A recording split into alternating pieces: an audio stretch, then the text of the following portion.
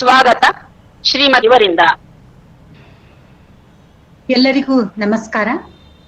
ತಮ್ಮೆಲ್ಲರನ್ನ ಇಂದಿನ ವೇದಿಕೆ ಆತ್ಮೀಯವಾಗಿ ಸ್ವಾಗತಿಸಲು ನನಗೆ ಬಹಳಷ್ಟು ಸಂತೋಷವೆನಿಸುತ್ತದೆ. ನಮ್ಮ ಬಸವೇಶ್ವರ ವೀರಶೈವ ವಿದ್ಯಾವರ್ತಕ ಸಂಘವು 114 ವರ್ಷಗಳನ್ನ ಪೂರೈಸಿದಂತಹ ಉತ್ತರ ಕರ್ನಾಟಕದ ಪ್ರತಿಷ್ಠಿತ ಸಂಸ್ಥೆ. ಜನಪ್ರಿಯ ಶಾಸಕರು ಹಾಗೂ ಬಸವೇಶ್ವರ ವೀರಶೈವ ವಿದ್ಯಾವರ್ತಕ ಸಂಘದ ಮಾನ್ಯ ಕಾರ್ಯಾಧ್ಯಕ್ಷರುಗಳಾದಂತಹ ಡಾಕ್ಟರ್ ವೀರಣ್ಣ ಸಿ ಚರಂತಿಮಠ್ ಇವರ ನೇತೃತ್ವದಲ್ಲಿ 150ಕ್ಕೂ ಹೆಚ್ಚು ವಿದ್ಯಾಸಂಸ್ಥೆಗಳು ಕ್ರಿಯಾಶೀಲವಾಗಿ ಕಾರ್ಯನಿರ್ವಹಿಸುತ್ತಿವೆ ಎಂದು ಹೇಳಲು ಹೆಮ್ಮೆ ಎನಿಸುತ್ತದೆ. ಈ ಭಾಗದ ಎಲ್ಲ ಮಹಿಳೆಯರು ಉನ್ನತ ಶಿಕ್ಷಣ ಹೊಂದಲಿ ಎಂಬ ಉದ್ದೇಶದಿಂದ 2000ನೇ ಇಸ್ವಿಯಲ್ಲಿ ಈ ನಮ್ಮ ಅಕ್ಕಮಹಾದೇವಿ ಮಹಿಳಾ ಮಹಾವಿದ್ಯಾಲಯ ಪ್ರಾರಂಭಿಸಿದರು. ಮಹಾವಿದ್ಯಾಲಯ ಇಂದು ಎಲ್ಲ ರೀತಿಯ ಪ್ರಗತಿ ಹೊಂದಿದೆ. 630ಕ್ಕೂ ಹೆಚ್ಚು ವಿದ್ಯಾರ್ಥಿನಿಯರು BA, BSc, BCom ಹಾಗೂ MSc ಬಾಟ್ನಿಯಲ್ಲಿ ವ್ಯಾಸಂಗ ಮಾಡ್ತಾ ಇದ್ದಾರೆ ಅಂತ ಹೇಳಲಿಕ್ಕೆ ಹೆಮ್ಮೆ ಎನಿಸುತ್ತೆ. ಪ್ರತಿ ವರ್ಷ ಅಕ್ಟೋಬರ್ 10 ವಿಶ್ವ ಮಾನಸಿಕ ಆರೋಗ್ಯ ದಿನವನ್ನ ಆಚರಿಸಲಾಗ್ತದೆ. 1992ರಿಂದ ಈ ದಿನವನ್ನ world federation for mental health ಮುಂದಾಳತ್ವದಲ್ಲಿ ಜಗತ್ತಿನಾದ್ಯಂತ ಆಚರಿಸಿರುವ ಮುಖಾಂತರ ಜನರಲ್ಲಿ ಮಾನಸಿಕ ಅನಾರೋಗ್ಯ ಹಾಗೂ ಜನರ ಜೀವನದ ಮೇಲೆ ಆಗುವ ಪ್ರಮುಖ ಪರಿಣಾಮಗಳ ಬಗ್ಗೆ ಅರಿವನ್ನ ಮೂಡಿಸುವುದಾಗಿದೆ. ಕೆಲವು ದೇಶಗಳಲ್ಲಿ ಈ ಅರಿವು ನೀಡುವ ಕಾರ್ಯಕ್ರಮ ಒಂದು ಸಪ್ತಾಹವೇ ನಡೆಯುತ್ತದೆ.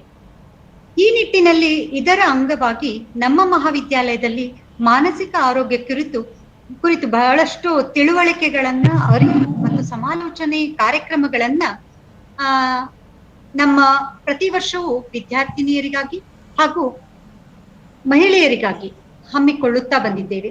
ಆದರೆ ಈ ವರ್ಷ 2020ರಲ್ಲಿ ಕೋವಿಡ್-19 ಪರಿಣಾಮದಿಂದ ನಮ್ಮ ದೈನಂದಿನ ಜೀವನದಲ್ಲಿ ಬಹಳಷ್ಟು ಬದಲಾವಣೆಗಳಾಗಿವೆ. ಆರೋಗ್ಯದ ದೃಷ್ಟಿಯಿಂದ ಹೊರಗೆ ಹೋದವರು ಎಲ್ಲಿ ಕೋವಿಡ್-19 ಸೋಂಕಿನಿಂದ ಹಿಂಬರುತ್ತಾರೆ ಎಂಬ ಭಯ, ಎಲ್ಲ ರೀತಿಯ ಆತಂಕಗಳು ನಮ್ಮಲ್ಲಿ ಕಂಡು ಬರ್ತಾ ಇದ್ದಾವೆ. ವಿದ್ಯಾರ್ಥಿನಿಯರು ಮನೆಯಿಂದ ವರ್ಗಗಳನ್ನು ಅಟೆಂಡ್ ಆಗ್ತಾ ಇದ್ದಾರೆ. ಶಿಕ್ಷಕರು ಮತ್ತೆ ಸ್ನೇಹಿತರ ಜೊತೆ ಅತಿ ಕಡಿಮೆ ಸಮಯವನ್ನ ಕಳೀತಾ ಇದ್ದಾರೆ. ಭವಿಷ್ಯದ ಬಗ್ಗೆ ಬಹಳಷ್ಟು ಆತಂಕವನ್ನ ಹೊಂದಿದವರಾಗಿದ್ದಾರೆ. ಬಹಳ ಜನ ಸಾಮಾಜಿಕ ಪ್ರತ್ಯೇಕತೆ ಅನುಭವ ಅಂದ್ರೆ ಸೋಷಿಯಲ್ ಐಸೋಲೇಷನ್ ಅನುಭವದಿಂದ ಮಾನಸಿಕ ಆರೋಗ್ಯಕ್ಕೆ ಸಂಬಂಧಿಸಿದಂತಹ ತೊಂದರೆಗಳನ್ನ ಅನುಭವಿಸುತ್ತಿದ್ದಾರೆ. ಇದರಲ್ಲಿಯೂ ಮಹಿಳೆಯರಲ್ಲಿ ಹೆಚ್ಚಿನ ಪ್ರಮಾಣದಲ್ಲಿ ಈ ಒಂದು ದುಗುಡು ಅಥವಾ ಭಯ, ಆತಂಕಗಳನ್ನ ನಾವು ಸಹಜವಾಗಿ ಕಾಣುವುದು. ಈ ನಿಟ್ಟಿನಲ್ಲಿ ಈ ವೆಬಿನಾರ್ ಅನ್ನ ನಾವು ಇವತ್ತು ಹಮ್ಮಿಕೊಂಡಿದ್ದೇವೆ. ಮಹಿಳೆಯರಲ್ಲಿ ಮಾನಸಿಕ ಆರೋಗ್ಯ ಕುರಿತಾಗಿ ಮಾತನಾಡಲಿರುವಂತಹ ಸಂಪನ್ಮೂಲ ವ್ಯಕ್ತಿಗಳಾದಂತಹ SNMC ಹಾಗೂ HSK hospital Bagalkot psychiatry department assistant professor ಆದಂತಹ ಡಾಕ್ಟರ್ ಸುಷ್ಮಾ ಇನಾಮ್ದಾರ್ ಅವರು ನಮ್ಮ ಜೊತೆ ಇದ್ದಾರೆ. ಈ ಎಲ್ಲ ವಿಷಯಗಳ ಬಗ್ಗೆ ಅವರು ಹೆಚ್ಚಿನ ಮಾಹಿತಿಯನ್ನು ನೀಡ್ತಾ ಇದ್ದಾರೆ. ಅವರಿಗೆ ನಮ್ಮೆಲ್ಲರ ಪರವಾಗಿ ಆತ್ಮೀಯವಾಗಿ ಸ್ವಾಗತವನ್ನ ಬಯಸ್ತೀನಿ. ಸ್ವಾಗತ ಮೇಡಮ್. ನಮ್ಮ ವೆಬಿನಾರ್ ನಡೆಸುವಲ್ಲಿ ಸದಾ ಪ್ರೇರಣೆಯನ್ನು ನೀಡ್ತಾ ಸದಾ ಪ್ರೋತ್ಸಾಹ ನೀಡುತ್ತಿರುವಂತಹ ಬಾಗಲಕೋಟೆಯ ಜನಪ್ರಿಯ ಶಾಸಕರು ಹಾಗೂ B.V.V.S ಸಂಘದ ಕಾರ್ಯಾಧ್ಯಕ್ಷರುಗಳಾದಂತಹ ಸಂಜಣ್ಣ ಸಿ ಚರಂತಿಮಠ್ ಅವರಿಗೆ ಇಲ್ಲಿ ಅಭಿನಂದನೆಗಳನ್ನ ಹೇಳ್ತೀನಿ. ಅದರಂತೆ ನಮ್ಮ ಬಸವೇಶ್ವರ ವೀರಶೈವ ವಿದ್ಯಾವರ್ತಕ ಸಂಘದ ಗೌರವ ಕಾರ್ಯದರ್ಶಿಗಳಾದಂತಹ ಶ್ರೀ ಮಹೇಶ್ N ಅತಣಿ ಸರ್ ಅವರನ್ನು ಸಹ ಅಭಿನಂದಿಸ್ತೀನಿ. ಹಾಗೆಯೇ ನಮ್ಮ ಹಲವು ಕಾರ್ಯಗಳಿಗೆ ಬೆನ್ನೆಲುಬಾಗಿ ಪ್ರೇರೇಪಿಸುವಂತಹ ನಮ್ಮ B.V.V ಸಂಘದ ಕಾಲೇಜುಗಳ ಆಡಳಿತ ಮಂಡಳಿಯ ಕಾರ್ಯಾಧ್ಯಕ್ಷರುಗಳಾದಂತಹ ಶ್ರೀ ಅಶೋಕ್ M ಸಜ್ಜನ್ ಬೇವೂರ್ ಇವರಿಗೆ ಅಭಿನಂದನೆಗಳು. ಈ ವೆಬಿನಾರ್ ನಲ್ಲಿ ಭಾಗವಹಿಸಿದ ಎಲ್ಲ ಮಹಿಳೆಯರಿಗೆ, ವಿದ್ಯಾರ್ಥಿನಿಯರಿಗೆ, ಪ್ರಾಧ್ಯಾಪಕ ಮಿತ್ರರಿಗೆ ಹಾಗೂ ಎಲ್ಲ ಆಸಕ್ತ ಬಳಗದವರಿಗೆ ಸ್ವಾಗತವನ್ನು ಕೋರುತ್ತಾ ಈ ಕಾರ್ಯಕ್ರಮದ ಉಪಯೋಗ ಪಡೆದು ಒಂದು ಮಾನಸಿಕ ಆರೋಗ್ಯದ ಅರಿವನ್ನ ಪಡೀತಾ ತಮ್ಮ ಎಲ್ಲರೂ ದೈಹಿಕವಾಗಿ ಮಾನಸಿಕವಾಗಿ ಆರೋಗ್ಯದಿಂದ ಇರ್ಲಿ ಅಂತ ಆಶಿಸ್ತಾ ತಮ್ಮೆಲ್ಲರನ್ನು ಮತ್ತೊಮ್ಮೆ ಸ್ವಾಗತ ಮಾಡ್ತಾ ಈ ವೆಬಿನಾರ್ ಪ್ರಾರಂಭಿಸ್ತೀನಿ.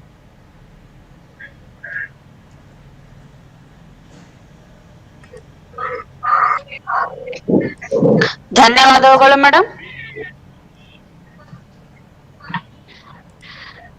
ಸ್ವಾಗತ ಮಾಡಿದ ಪ್ರಾಚಾರ್ಯರಿಗೆ ಧನ್ಯವಾದಗಳು. ಈಗ ಪರಿಚಯ.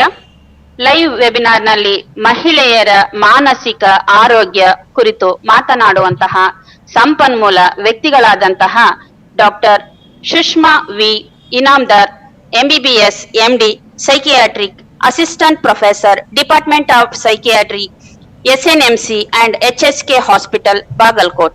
ಇವರ ಕಿರು ಪರಿಚಯವನ್ನ ತಮ್ಮ ಮುಂದೆ ಇಡಲಿದ್ದೇನೆ.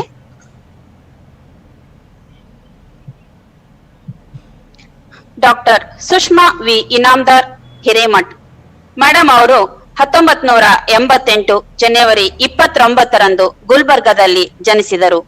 ಇವರು 2005ರಿಂದ 2011ರಲ್ಲಿ MBBS ಪದವಿಯನ್ನ MR ಮೆಡಿಕಲ್ ಕಾಲೇಜ್ ಗುಲ್ಬರ್ಗಾದಲ್ಲಿ ಪೂರೈಸಿರುವರು.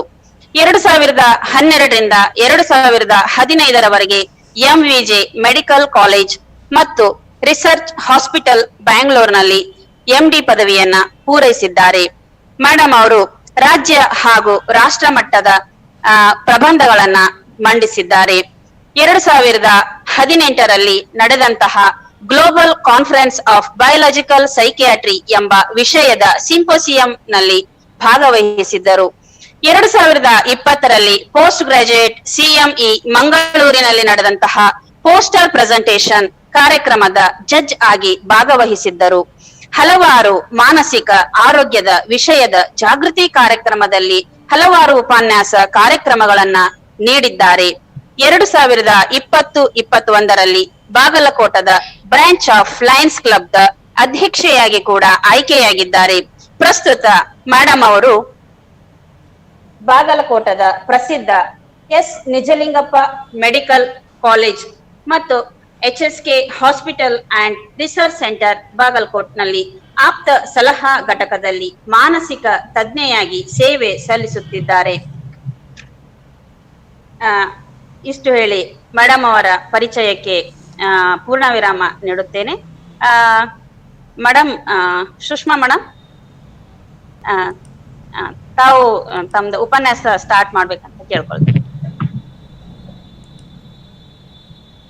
Hello, ಕೇಳಿಸ್ತಾ ಇದೆಯಾ ಮ್ಯಾಮ್? ಹಾ, ಕೇಳಿ. Thank you for the organizers for giving me this opportunity.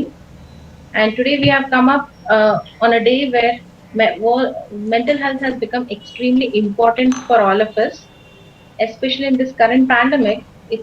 The mental health issues have been rampantly increasing.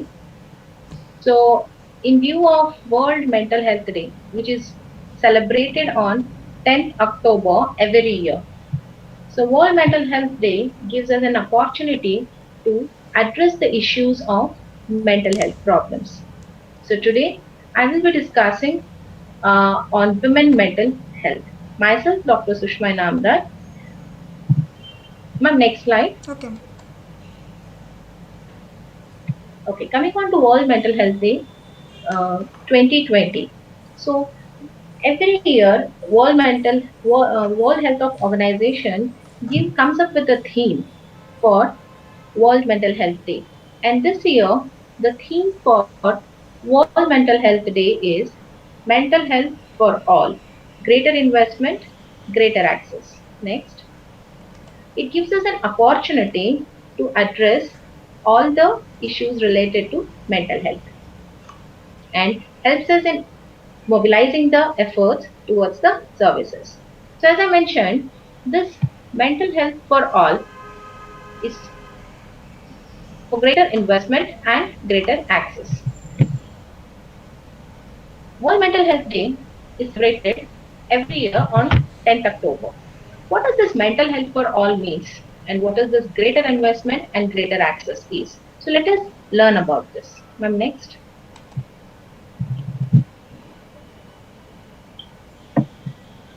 There was a study which was conducted in 2014 by National Survey and which showed striking results. It showed that around 10% of the Indian population is suffering from psychiatric morbidity and around 0.8% are suffering from severe mental disorders. And this is quite a huge statistics. Whereas the treatment gap is really high. What is treatment gap means? The treatment gap is nothing but there are people who are suffering from mental illness, having mental issues, but are not on treatment. It might be due to various reasons. First of all, the patient may not be knowing that he is suffering from mental illness. Second, they are unaware of having treatment options for such problems, or ignorance, discrimination, stigma, and many more. So we'll all see one by one the later slides. Ma'am, next slide. Okay. So how does this mental illness impact to the family? It's not the one single individual who suffers the mental illness. The whole family suffers. It is not that only one person has to undergo all the morbidity. It is the whole family which has to undergo the morbidity. It means the investment is very much required for the currently. It's the need of the hour. It has been the studies have been coming up showing that there are more number of mental health issues in this post COVID pandemic or in the pandemic. So we need investment in mental health. Investment can be in the form of social investment, economical investment, financial investment, or emotional investment. We definitely invest. We need to invest our time and emotions with the person who are having mental illness. There's another issue that is accessibility. People are not accessible to mental health services. It might be due to unawareness, they are not knowing that this is a mental health issues which really needs treatment. It might be due to discrimination, stigma, etc. Ma'am, next slide. Yes, unless we cannot achieve this unless we address the issues of discrimination and social isolation which is faced by the people with mental illness. Next, why do people have this discrimination or stigma to mental health problems? Because in the public, they are having many multiple, mainly negative attitudes or negative ideas regarding mental illness. The first one, they blame the person and not for the illness, for having an illness. Blaming a person is not correct. Second, expecting that the affected person cannot fulfill the responsibility at home or work is also not right. The third one is, ನಮ್ಮ slide ಸ್ವಲ್ಪ ಮೇಲೆ ಮಾಡ್ಬೋದಾ? It's little. Yeah, ma'am.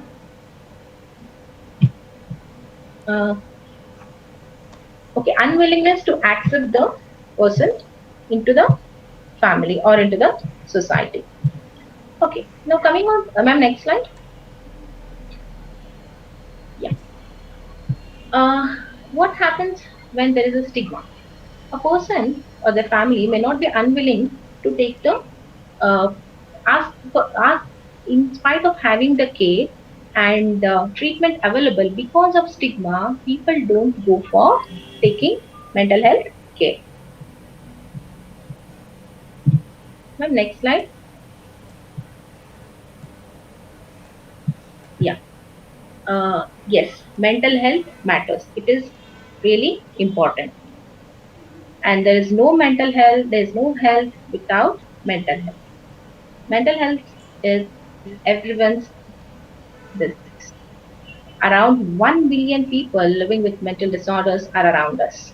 So we really need to be responsible and help the people with mental health issues to get proper treatment. Next. Okay. So as I told, for today's topic, we are focusing only on women mental health. This was regarding the theme of this year's World Mental Health Day 2020. So what is women mental health? Why is it important?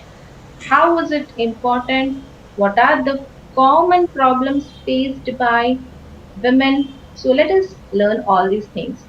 And next slide. Yes. There are few asked questions which will be, I hope these questions you will be able to answer them at the end of this presentation. The common questions which come to our mind is whether the disease, it can be mental health issues or physical issues. So to focus here, let us talk only on mental health issues. Whether it is same, whether the manifestations of this illness will be same in both gender, that is in men and women. Second, they say whether the side effects when given, the medicines when given, are they same? The side effects in men and women, are they same or they different? If what is the role of hormones? How? How are they affecting the manifestation of the illness in the individual? Yes. The last one, is there any diseases which are very common to one particular gender, that is females? So hope we'll be able to answer these questions in the following slides. So coming on to the next slide. Yes, why women mental health? Why we should know it? Yes. Is there a difference in health and disease based on a gender? Next. Yes. The question is why we should know about women mental health. The question comes to first question is there any difference in health, mental health of women based on gender? Is there a difference? The answer is yes. Next. There exist gender differences between men and women. So definitely there is a women mental health which needs to be addressed. Yes. The next. Here, this one, the figure here you can make out how it is really important. Why women mental health is important when compared to men mental health, or how it is different, how it is unique. It is shown that around 3 times the eating disorders are very common in women when compared to men. Post-traumatic stress disorder is an anxiety disorder which is extremely common in women, 2 times more common than men. Also, most importantly is depression. It is seen that women have depression 2 to 3 times more than men. The suicidal attempts are very common in women than compared to men. Yes. So as per the statistics and the evidences go, the mental health disorders, most of the mental health disorders are very common to women than men. Hence, women are very vulnerable. They are at risk of developing these mental health issues. Next, because these mental health problems are very unique to women. And these mental health problems can occur to any women, irrespective of age, socioeconomic status, and across the culture. Next, why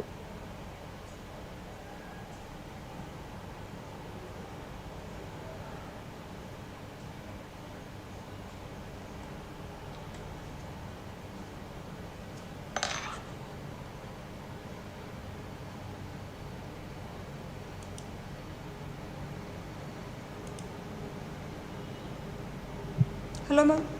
It's not audible, ma'am. hello? Yeah, ma'am. Hello? Okay, Ma'am. Ma'am, this Hmm. one, this one. Ma'am, Okay. yeah. Sorry? Yeah. Yeah.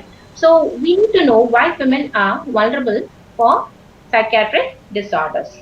It is because of 4 domains, which is biological factors, psychological factors, social factors, and cultural factors.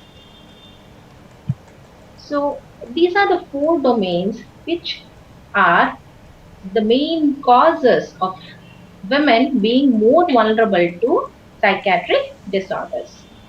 So why and what are those biological, psychological, social, and cultural factors? Let us see one by one. The first one is biological factors. In biological factors, it is said that the genetics, that is the genes involved, and the neural structures. The next slide, ma'am. The neural structures are very much which make the women more vulnerable to certain psychiatric disorders. Coming on to psychological factors, women are very unique in dealing with the problems. They are very resilient in coping the stress, that is the problems at hand. They are very unique in communicating when compared to men. Yes. coping, communicating, and dealing with the problems. These are all our strengths of women. Next, but sometimes these can make us very vulnerable also for the mental health issues. Next, what are the social factors which make women more vulnerable for mental health issues? Is responsibilities. The societal responsibilities which women have to take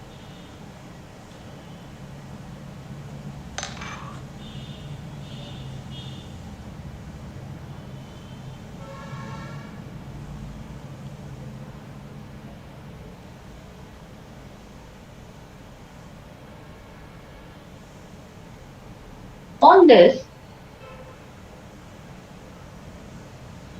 all this can make a woman vulnerable for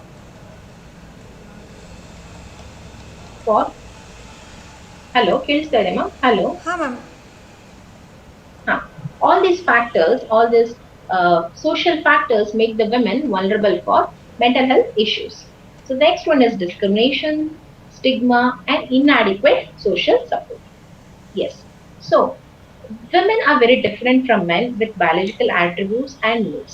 I would not say that women previous generations were not having challenges, but in current generation women have more challenges because they have to deal with both modernization and traditional values. It's really tough for them to balance both the modernization and traditional values simultaneously. So what happens when a woman is being affected in the family? Because women of the family, and she is the one who's responsible and takes the major role in taking care of the older and the younger group in the family.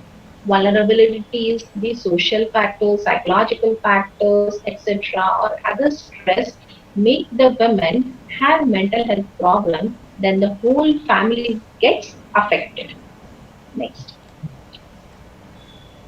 Yes, women are definitely multitasking. Hope you all agree with this slide. And actually, women does all this work single-handedly, simultaneously, and actually many more than these works can be done by her. Yes, salutes to women for doing all this together. This is a real strength of a woman. But at the same time, sometimes it can make a woman vulnerable for many mental health issues. Next, women is actually at risk of developing mental health problems over the life stages. It can be from birth till her menopausal age group, but especially it is more in the reproductive stages. And it is seen that at puberty, that is when a girl gets menarche and menstrual cycles get started at around 12 years or 10 to 11 to 13 years, she is more prone for depression, around 2 to 3 times more prone for depression than boys.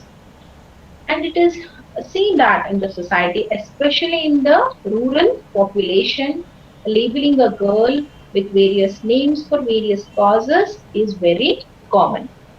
Next, there's also pressurization of various decisions in the family about her marriage, about what education she should get, up to what education, what is her choice of getting married, when is she start her family, everything. Most of the times, the decisions are being pressurized by the elders of the family. So, though in right now in cities and educated families, women has a freedom to think about it, but still in rural population, women has to undergo all these stressors. Also, there is a stereotypes which is attached to women. That women, especially from the childhood, there's always the fixed beliefs in the society. What they expect is girls cannot run around, girls cannot shout more, girls cannot be naughty, girls cannot do this thing, do that thing. So these kind of stereotypes are always attached with girls from the childhood. She doesn't have her individuality of doing things. Also, there's a limited role in the family financial decisions. So I think women are not good with this financial decisions. Women are not good with big decisions. These kind of myths which are associated in the society sometimes can make women vulnerable for such stressors or problems. And also, women are very prone for abuse. As I already mentioned, the various forms of abuse, whether it can be verbal, emotional, financial, physical, or sexual abuse. So let us go on with the stages how a woman is actually vulnerable for mental health issues.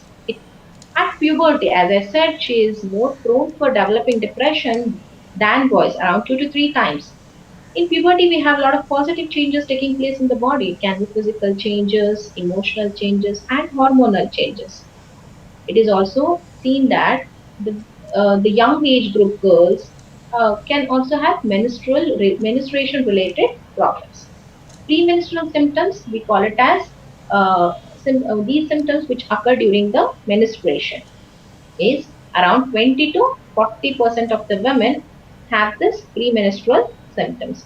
What are these premenstrual symptoms? It can be in the form of fatigue, sadness, mood swings, kind of which has irritability, unable to do some work, reduced interest, pain, breast tenderness, increased sensitivity to pain, sleep disturbances. So all these symptoms are very common during menstruation. So this we call it as premenstrual symptoms, which is common in 20 to 40% of the women. When it becomes very severe, when a woman is unable to do her daily activities, the socio-occupational functioning gets impaired, then we call it as premenstrual dysphoric disorder, which is present in 3 to 8% of the women, which needs treatment because she is not able to do many of her routine activities, will not be able to remain happy, be happy, or do work, concentrate at work, go to work. So all these problems can make her disabled. So premenstrual dysphoric disorder requires treatment. Similarly, during the menopause also women undergoes various changes, hormonal changes. So hot flushes and other symptoms can be seen with women. Next is the maternal health, marriage. So marriage, as I said, is an important, respected position in the society. But marriage is really stressful for women. What happens is a girl grows and she is around 20 to 25 years, is educated, is a graduate, then she gets married to a family. So she has to go from a completely familiar place to an unfamiliar place. Sometimes even the husband will be unfamiliar to her. But culturally, it is expected that she has to adjust to the family very soon. It becomes extremely stressful for a woman adjusting to a new family and completely unfamiliar place, change of lifestyle, change of food habits, change of opinions, so many things. So a woman is expected, culturally she is expected to adjust completely within no time and be kind of a member of the family. Yes, she does it, but it becomes really stressful to her. Most of the time she is very successful in doing this and she is able to adjust with the family also. But sometimes, unfortunately, when a woman is unable to adjust to the family, there leads a lot of problems. It can be in the form of adjustment issues with the family members, depression, and sometimes it goes to the extent of suicide. So what we are supposed to do with this is a marriage. Definitely, the stressful situation we can convert it into a eustress because it is a stress. Marriage is a stress. Agree. But can we make it as a eustress? Eustress is a good stress kind when it is a time limiting. It is it is short lasting and it has a productive outcome. So we need to adjust to the marriage as early as possible. And sometimes it is also said that marriage can fix mental health issues. If previously a woman is having some mental health problems, marriage, if you get her married, she'll become fine. No, these things should not be accepted. So marriage cannot fix any mental health issues. That requires treatment separately. Next is maternal health. So as I said, a woman has undergone two turning points already: puberty, marriage. Now comes the maternal health, that is pregnancy and childbirth. So women has to undergo this stress as well. Yes, pregnancy is a beautiful journey if she is well prepared for it. But every woman has multiple questions, thousands of questions in her mind. What am I supposed to eat? How much I should work? What will the baby grow properly? What work I'm not supposed to do, etc., etc., etc. And she'll be always constantly worrying about the growth of the baby, about herself, and so many other things. So this becomes very common with most of the women. So this can be sorted out by giving her preconception counseling, and also during the pregnancy, a woman can be prepared for various reasons, various questions, and we can help her to reduce the anxiety. So this apprehension can be harmful to the both baby and the mother. So we really need to look into these problems and give her care and treatment if required. As mood swings are very common during this pregnancy, and this stress, if present, it can impact both the baby and the mother, as I told. So next is after the pregnancy is the postpartum period, that is childbirth. What happens? Next slide. So in this postpartum also, women are very vulnerable for depression. It is said that around 50 to 75% of the women will have maternity blues. And what is this maternity blues? Is that women will have mood swings, very common, anger, irritability, sleeplessness, unable to concentrate, feeling very low, etc. So this occurs in around 50 to 75% of the women, and sometimes it is even it's self-limiting and doesn't require any treatment. So most of the women, around 50 to 75% of the women, undergo this maternal blues after childbirth. But unfortunately, around 10 to 15% of the women, these symptoms become exacerbated. They are more sadness. The sadness is prolonged for more than 10 days, 15 days or so. They are unable to take care of the baby. They are unable to take care of themselves. They have no sleep, irritability, and anger outbursts on the family members will be more. That time, during that period, a woman requires treatment, and we call it as postpartum depression. And postpartum depression and postpartum anxiety, both women requires treatment. And sometimes even there can be psychotic symptoms present in the women. Around 1 to 2% per thousand births is estimated. Studies show that women have postpartum psychosis. So all these problems, why do they occur? There are various reasons for this. Most importantly is the hormonal changes which takes place after the birth. The sleepless nights and the exhaustion of giving birth to a baby. And also there is so much of pressure from the society about the mother-baby bonding, because it becomes very difficult to bond with the baby in the initial few days of birth, because the baby is also very small, and there is hardly any time for the baby and the mother to bond, because baby most of the time will get up only for breastfeeding, and then it goes back to sleep. So hardly there is any time left for the mother and the baby bonding. So that becomes a guilt sometimes, that I'm unable to bond with my baby properly. And the social expectations are very high, as I told. The societal expectations, and there are various taboos during the post childbirth, on the diet, how a woman should behave, where she should do, what she should not do. Sometimes even the nutritious food is not given to her. So that makes vulnerable for all this psychiatric or mental health issues. Next, so how should a woman during this pregnancy and childbirth de-stress herself? Initially, if it is mild and is manageable, then she can go with rest. She has to prioritize her work and activities. Which one is important, which is not important. She has to cut unnecessarily uh, unnecessary works, she has to cancel them and try to relax as much as possible. Also, it is shown that yoga in pregnancy is very useful to women. Women are as such very creative, but during pregnancy, the creativity is very high. The studies have shown. So she can be doing kind of some creative works and get herself busy with those activities. It can be like painting, sewing, embroidery work, so many other things. So with doing all this, it also helps her to control her mood swings to some extent if they are very less. And reassurance, because there are a lot of worries and questions a woman will have in her mind, and the elders in her family can actually reassure her and give a good social support. But sometimes, unfortunately, she is unable to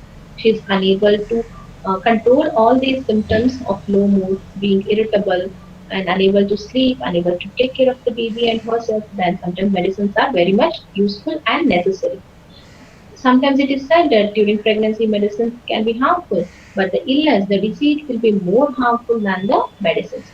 So, based on the symptoms, based on the presentation of the female, psychiatrist can decide whether medicines are required or not. So, with all these turning points of puberty, pregnancy, marriage, childbirth, the another turning point comes is parenting. So in the society, is it's very expected that a woman, a mother has more role, a major role in parenting of the child. She is the one who has to guide the child in this changing society, who has to make the child learn many skills and face the challenges. And women successfully do it most of the time, but when it's a working woman, it becomes very difficult because she will not be able to balance both the professional and the parenting part together. Very less quality time would be spent with the kids.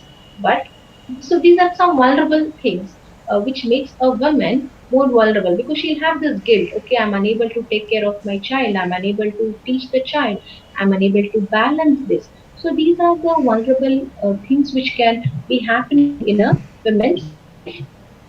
There's gamut of issues like multiple problems occurring together, one after the other together, which impacts the women's mind. And this impact can be so negative that first of all she is having this vulnerability, psychological vulnerability, biological vulnerability of developing depression, social pressure, and some stressors, some problems occurring here in the family, in and at the workplace. So this all can make a woman go for depressive disorder.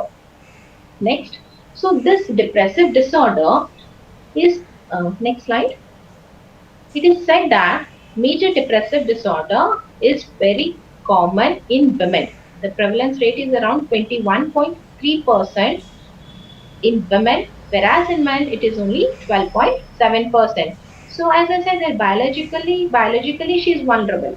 Psychologically she is vulnerable, and she has so many turning points in her life, starting from puberty, menstrual problems, marriage, pregnancy, childbirth.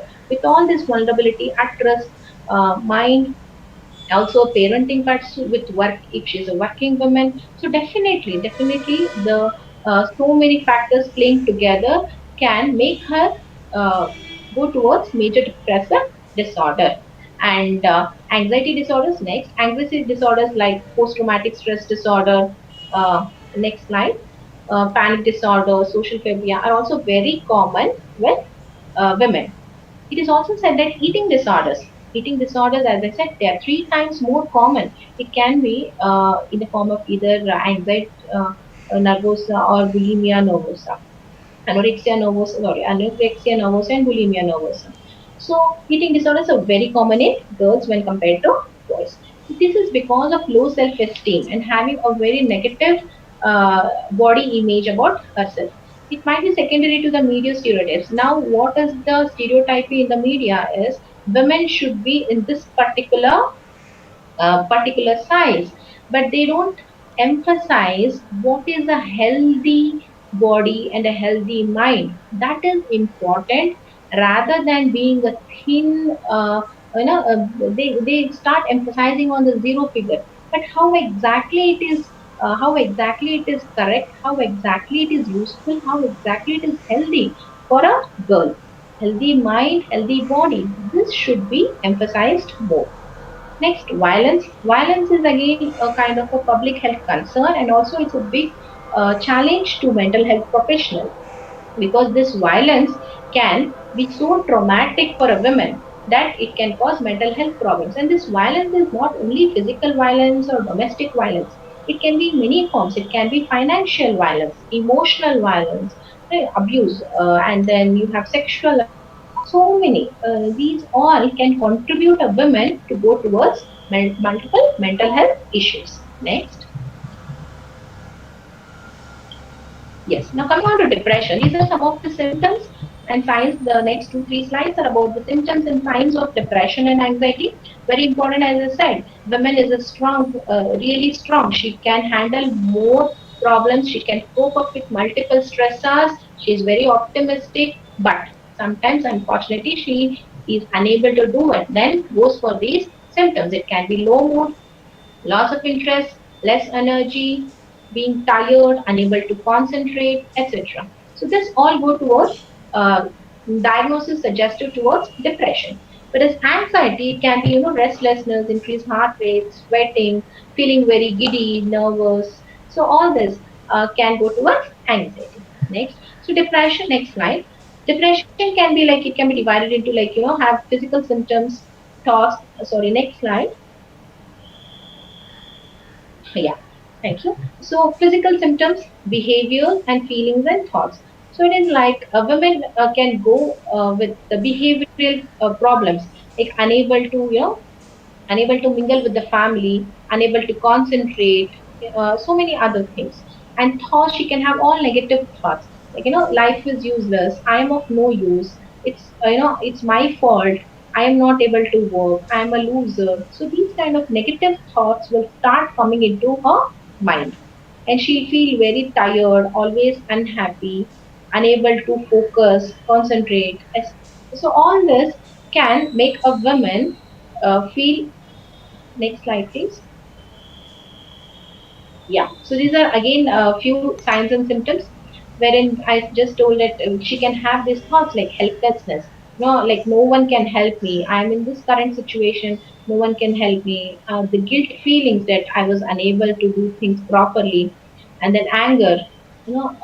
She will start scolding or getting angry on family members for very small, trivial reasons. That is maybe due to depression and withdrawing herself from family and friends, unable to concentrate. There is a change in appetite and sleep. So these all symptoms can actually be present in depression. Next, why we should know about depression? Because depression is one of the leading causes of disability in the world, and it is said that suicide is the second leading cause of death among 15 to 29-year-old, that is young adults and adolescent age group. It is said that suicide is the second leading cause of death. So it's very important for us to combat this depression. And also, women are more prone for depression. Hence, it is our responsibility to identify, recognize, and take early treatment. And anyone around you, if someone expresses a suicidal idea, then it is definitely a warning sign. We should not ignore such statements or ridicule such people, or say that okay, if someone wants to say that I don't want to live, I'm planning, I don't want to live anymore, I want to die. So this is kind of an emergency, we really need to act on it, because the studies have shown that in people who have committed suicide, they would have expressed these suicidal ideas in last 2 weeks. So never miss any suicidal ideas. Someone expresses it, talk to the person, try to share their problems, or if required, please take a consultation from a professional, from a psychiatrist. Person might be requiring some medicines. Though women are strong, it doesn't mean that we will not have any mental health problems, because we are more vulnerable for this mental health diseases or illnesses. And suicide, as I told, it's really one of the health emergencies, and we should act on it. Next slide. Having depression is not something very abnormal. It's like people, because of stigma, they don't talk about depression. They can talk about diabetes. Yes, I have diabetes. I have hypertension. I have thyroid problems. But many people don't come forward and talk. I have depression. I am on treatment with depression. So we need that stigma to go. We need awareness in the people. We don't want people to sit quiet or try to hide these things, because this this is treatable, and we don't want lives to be lost because of depression. It's okay to say I am not okay. It's also okay to ask for help. So please ask for help anytime you need some help from a consultant, from a professional. Definitely, depression is treatable. It can be cured with medicines, counseling, and therapy. Next. So as I said, it is treated, you need to help. So please remember that this depression, it requires early intervention, which will be beneficial. Next slide, please. So we need to talk to the person. Next slide. We need to talk to the person. We should not hide of having any depressive symptoms. These are the depressive symptoms. There's another slide which will try to, it has been summarized. Okay, it shows the person has social isolation, thoughts of death, reduced appetite, sadness, no energy, feeling guilty, anger, sleep disturbances, and so many.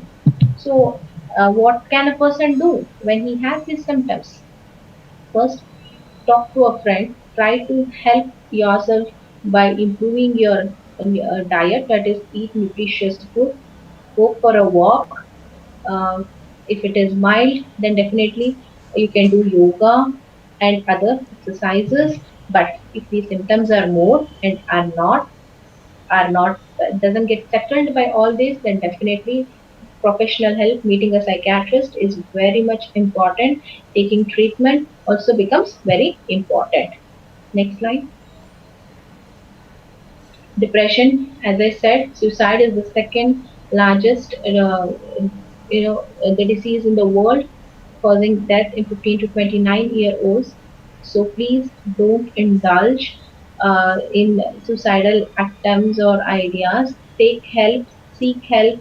Help is available, and in women, it is seen that the ideation and the attempts are more common than men. Around 2 to 3 times the suicidal attempts are very much common in women. So please seek help.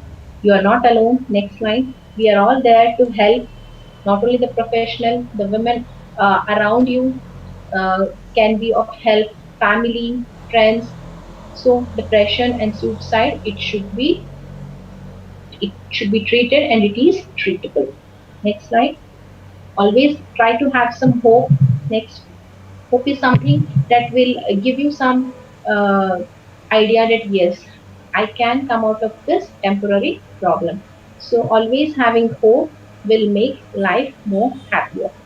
So trying to talk your problem, sharing them with your friends and family, asking for advice. Next, consulting, taking medicines, counseling, psychotherapy can all be very much helpful to the women with depression and suicide. Next. And also it becomes everyone's responsibility. Women out there, it becomes everyone's responsibility to have healthy mental health of women in and around us. We need to recognize women, understand their problems, and support women with mental health issues. Though women is very strong and very resilient, equally she is very vulnerable also for the mental health issues. Next, so it becomes our responsibility to put her in the secure environment from very beginning, from a small age to we should always give her secure environment. We should give her space wherein she can talk about her problems. Next, she needs to learn multiple skills like problem solving, how to cope up with the stress, how to deal with problems, how to behave when there is a problem. So all this should be learned, and we can teach, we can make them know how to solve there and how to cope with the problems. Next. And we can also sensitize the women about the positive psychology and the mental well-being. So what is mental well-being is, next slide, mental well-being is, they have multiple definitions for this. Some say that it is not having any illness, mental health issues. Some say it's only absence of disease, or it's just a happiness, and some say it is economic positive. So it is very different from individual to individual. But we should try to maintain our mental well-being. Mental well-being is very important. Next slide. It has like resilience. As I said, women are very resilient. They are very optimistic. They are very good at coping at the problems.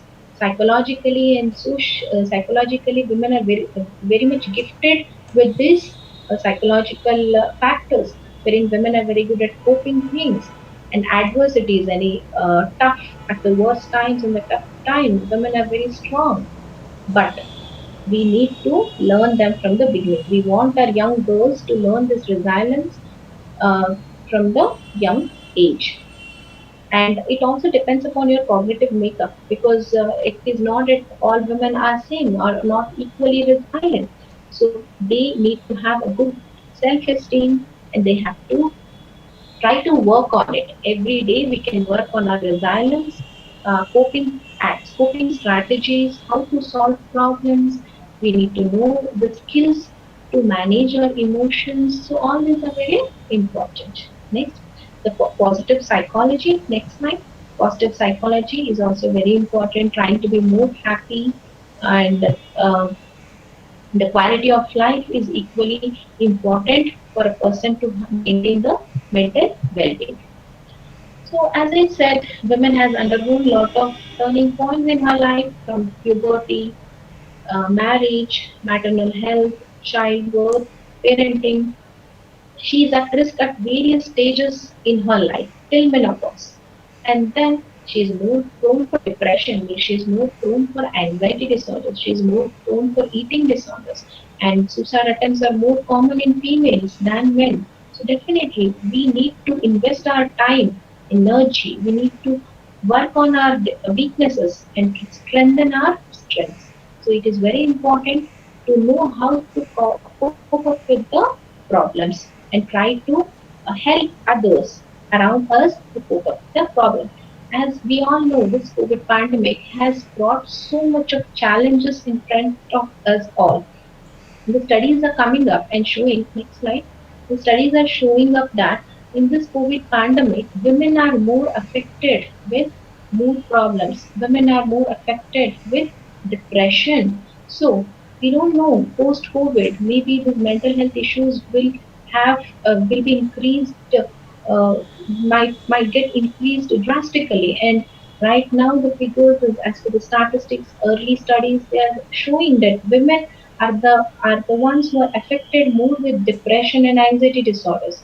So definitely, I know this current pandemic, it has become an immense challenge to all of us here. It has changed our lives. It has impacted our mental health also. And I know women are the ones who are having heavy burden. Next slide. As a result of this pandemic, but it's important for us to work on our coping strategies, to work on our problems, to work on our weaknesses, and strengthen our problem solving skills, emotions, emotional expressions, improving on our communication skills. All this can definitely help us to combat this COVID pandemic mood disorders. Next slide. So currently, it is also important that we invest more time and we try to learn the therapies and counseling, try to do more of mindfulness training on ourselves. That is, we need to understand, work on ourselves, and learn more about how we can actually try to come out of the stressors or any problems occurring in our life. Next slide. Right now, it has become very much acceptable. There's a societal change which has come place is social distancing. They talk about we need to, if you need to be safe, you need to be at home, stay home and stay safe. But this can be slightly modified in the form of you stay at home. That's a physical distancing, but please get connected to your family and friends. Social connection is very important because without social connection, we human beings are social beings, and women are always good at communicating, talk, expressing our problems, ventilating our issues to fellow women or others. So this physical distancing has really made women not to go outside, but to phone calls, video calls. We should get socially connected because it is one of the ways to try to reduce our stress or some sort of having low mood. Next slide. So this stress, there's a curve of stress, there's a response during stress, and in this pandemic, being worried or afraid is a natural response. But sometimes some people, next slide, next slide. Yes, for some it is really stressful to undergo these uh, current COVID pandemic changes. So for this, they are unable to focus, they get easily angry, they cannot sit, they cannot sleep, they feel guilty and always keep worrying, feel very tired, don't want to eat food. So these are some of the symptoms which can uh, uh, show us that they are probably going towards depression. So we really need to identify these problems very early and help them to come out of it. Next slide. Or there are a lot of thoughts which can come in this current pandemic. It has become like you cannot take rest. Next, you cannot. It is the only one who has. It's only me who has to work, and only I can finish work. So all this has to be changed because work has to be distributed. Your mind and the body both needs rest. So equal rest is required for your mind and body. Give adequate rest for your mind and body. So, which can actually decrease one of the de-stressing methods. So, in current pandemic, it has become so much of anxiety, fearfulness, worries. But what I would say is we should know, limit our thoughts and worries because there are few things which we cannot control, which is outside my control, and there are few things which I can control. So, work on the things which I can control, and that is sufficient. Things which are not under my control will not be of any help. Next. So always try to be vigilant on fake news and always try to limit yourself uh, and up to date accurate information is very much required. Having good sleep, breathing exercises, solving the problems by solving skills are very much important. And as I said, physical distancing with social connection. This is another key in today's pandemic. Next. Whenever there is a problem, try to solve it. Don't avoid the problems. Avoiding problems is definitely not going to work. Solving the problems through problem focused methods or emotion focused, both are correct, but you need to solve the problem. Next slide. So it is like what is problem focused coping and what is emotion focused coping. So this is a small rough chart wherein you can see that if there is a problem, when you can change it and it's a good time to change it, you work on it, you solve it. And if you think it cannot be changed right now and this is not the right time to work on it, then just you have to emotion focused coping. So you have to understand the limitations of unable to solve it and just leave it at that point. Next. Next slide. Yes, there are many thoughts which come into our mind. My family might get virus, we will all die. So try to change this notion, try to change this negative thought with the many people are getting recovered from the virus. Next. So all this kind of change in your thoughts, changing in your feelings, changing in your behaviors, actions can help you to reduce anxiety and depression. Going for a talking to people who like your friends and family, doing activities which you enjoy, reading, painting, or something. So all this is very important for us, which can actually give us some indulging ourselves into these pleasurable activities can help us to de-stress. Avoiding the junk food. Next slide. Avoiding the junk food as it reduces the omega-3 fatty acids. And next slide. And increase and doing exercise. As I said, it releases endorphins. Endorphins are these hormones which are released in the brain. They are called as happy hormones. And these hormones, it tries to de-stress you. So it's very important. There are very happy hormones and good hormones which are released in the brain when you exercise, and they also reduce the cortisol levels. Exercise will reduce cortisol levels. Cortisol gets high when you are stressed. When there is a stress, there is high cortisol levels. So exercise can reduce cortisol levels and also increase the endorphins. Next. So these are a few of the tips which I would like to give. Next. So finally, I would like to share for all the women out there who have uh, gone through all these turning points, multiple turning points in our lives, and definitely right now into this COVID pandemic, are successfully dealing with the anxiety, worries, depressive symptoms, and trying to fight with these depressive symptoms, mental health issues, and if required, then you may have to take treatment if the symptoms are more. If it is unable to, if it doesn't get settled with only exercise, meditation, breathing exercises, reading, eating healthy food. So definitely some depression, anxiety disorders, depressive disorders, suicidal ideas, which can be secondary to depression, definitely requires treatment. Next slide. This is the Department of Psychiatry, which has given a mental health helpline, which might be useful to some of you if required. Next. So stay positive. That's the main logo I would like to tell.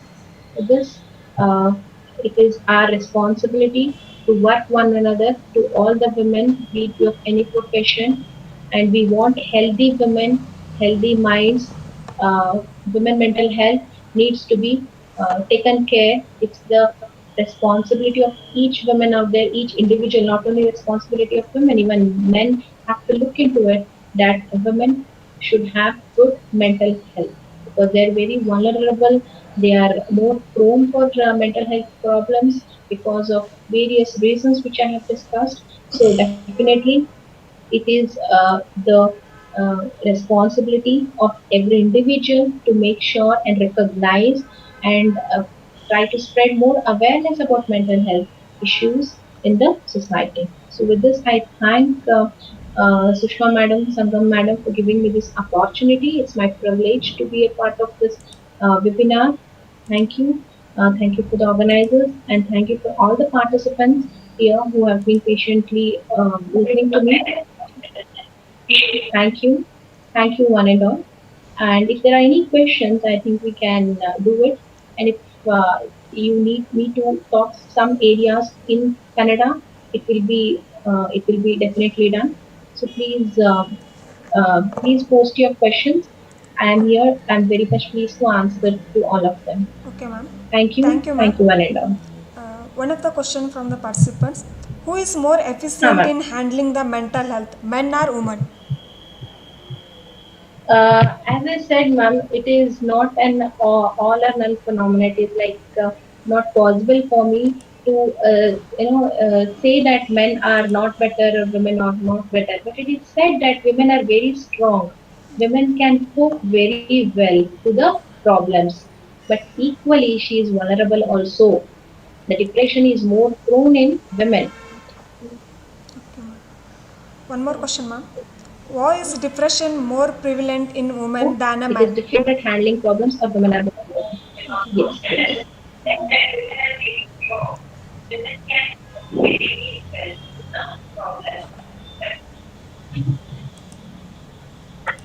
One more question, ma'am. Huh. Why is depression more prevalent in women than a man? As I said, ma'am, women are more vulnerable because of biological issues.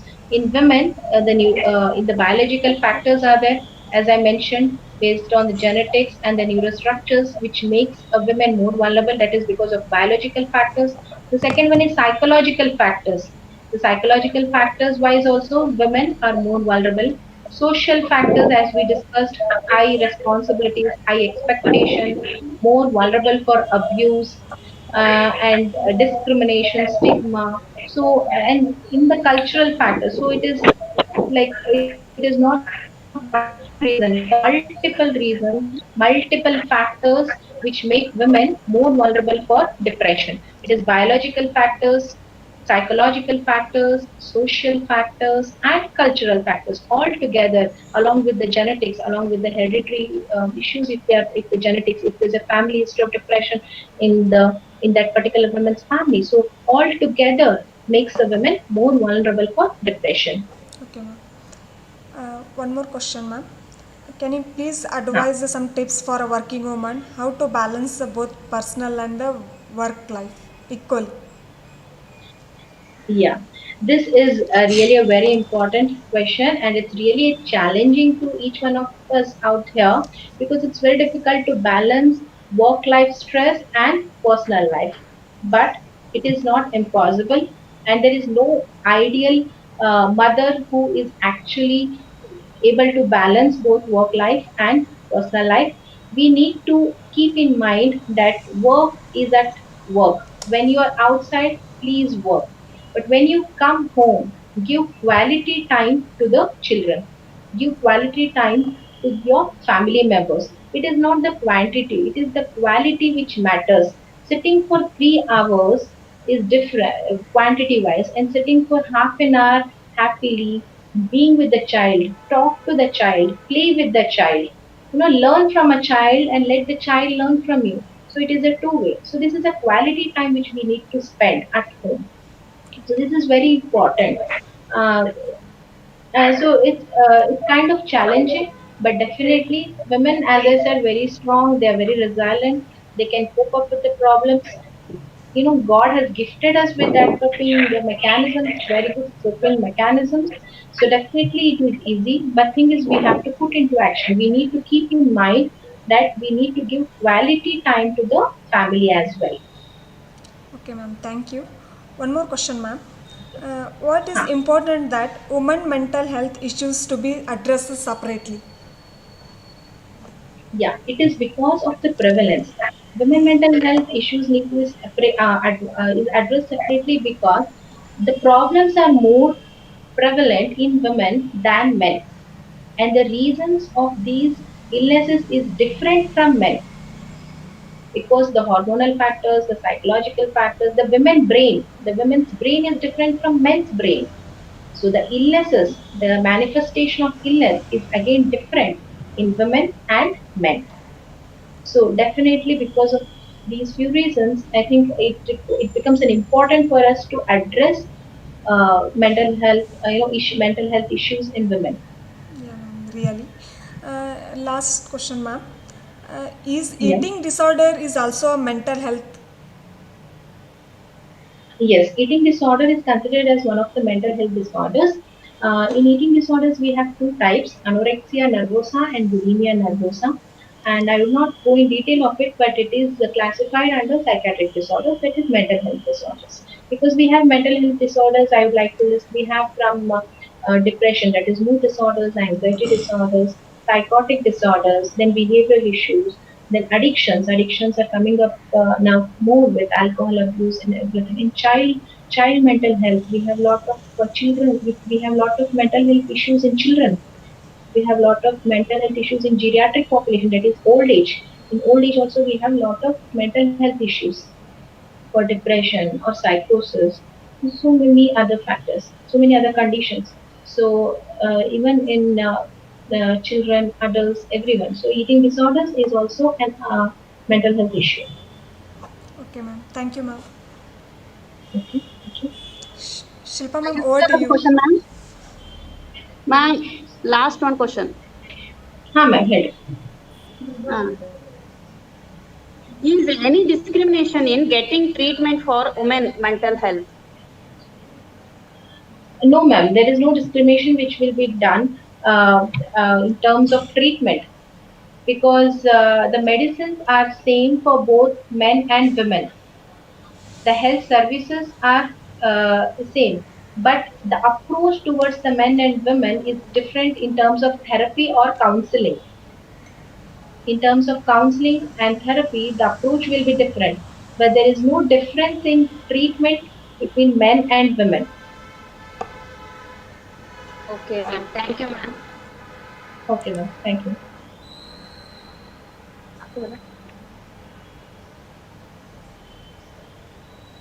Now, now the times to valedictory, ma'am.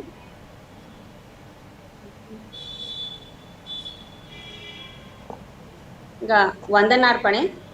Madam ತುಂಬಾ ಚೆನ್ನಾಗಿ ಮಾತಾಡಿದ್ರಿ, ನಮ್ಮೊಂದಿಗೆ ಪ್ರತಿಯೊಂದು ಪ್ರಶ್ನೆಗೂ ಚೆನ್ನಾಗಿ answer ಅನ್ನ ಮಾಡಿದ್ರಿ.